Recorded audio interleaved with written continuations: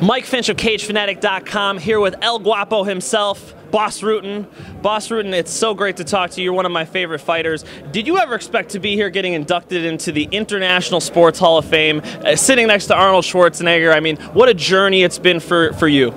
No, I didn't expect that. You know, I never expected it. Even with the UFC also at the time, I thought, I fought 2 fights in the UFC, maybe not, it's going to happen, you know.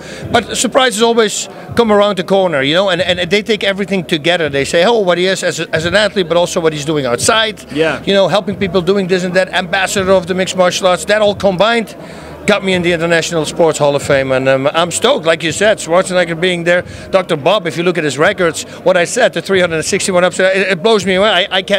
I can't do 5. Like balancing, I can't. With my feet against the wall, maybe, what, 20, 30? But to do 361, it's insane. That is insane. So, yeah, some people, man, crazy athletes. The power couple that we had here, like I asked them immediately, I said, who's opening the pickle jar at home?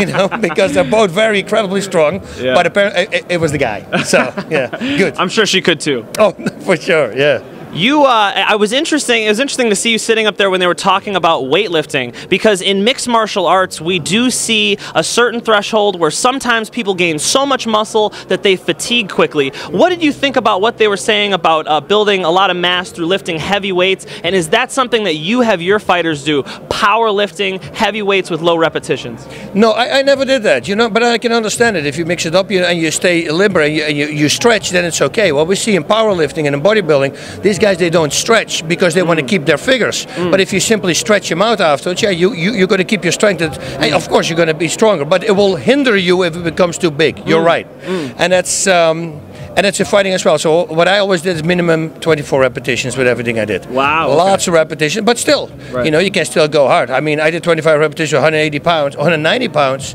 bench press, you know, and you do the 4 times that. Yes. You see, so you can still do some powerful things if you use lighter weights, but just a lot of repetitions, because that's what you're going to do in a fight. It's not a short amount, it's a longer time.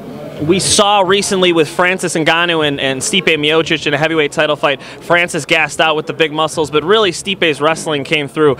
There's a super fight that I have to ask you about. It's Stipe Miocic versus Daniel Cormier. You're a great MMA analyst. How do you break that fight down, and who do you see winning in July?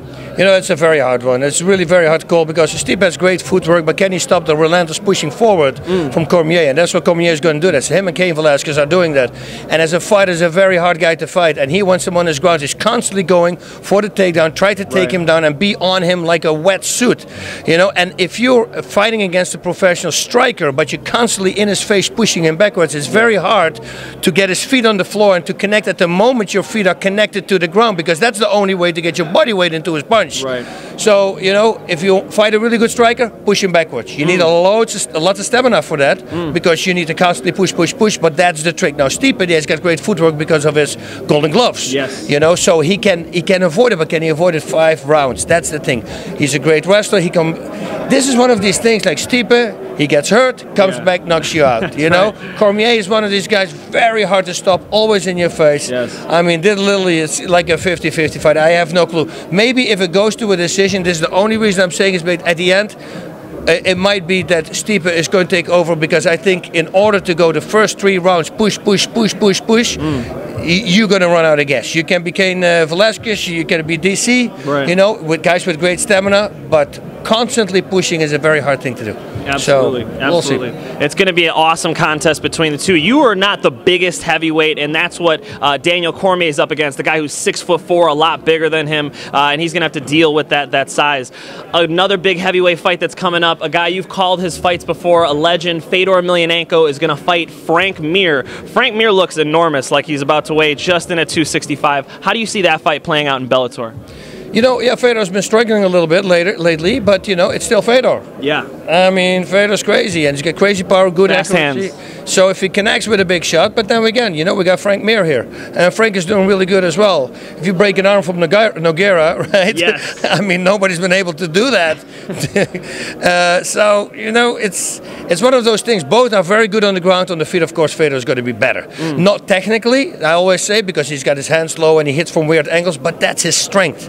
And he's very good at aiming, and he's very calm. He's got really great ring strategy. So once he sees something, he will land that punch. That's Fedor. It doesn't look crisp, but it's highly effective. Awesome. Bas, before we let you go, I just want to see what you're doing in 2018. Where could people see Bas Rutten? You were mentioning you're working with Kevin James. Can you let us know more about that? Yeah, Monday night CBS, Kevin Can't Wait. It's called the show. Okay. 8 o'clock. Check that out. I'm in that. I'm running the security company and their business that they have. It's crazy Dutch guy, so it's always fun working with him, Leah Remini, and all these people. There's such a great, it's such a great group of people. Might be another movie in the works. We're going to figure that out. Hopefully within a couple of months, and that's it. The O2 trainer. I tell people, check it out if you want to be good about breathing. Cured my asthma. Cured all my friends' asthma. I mean, I have reviews from the sax player from the Eagles for 18 years who plays better now because of that.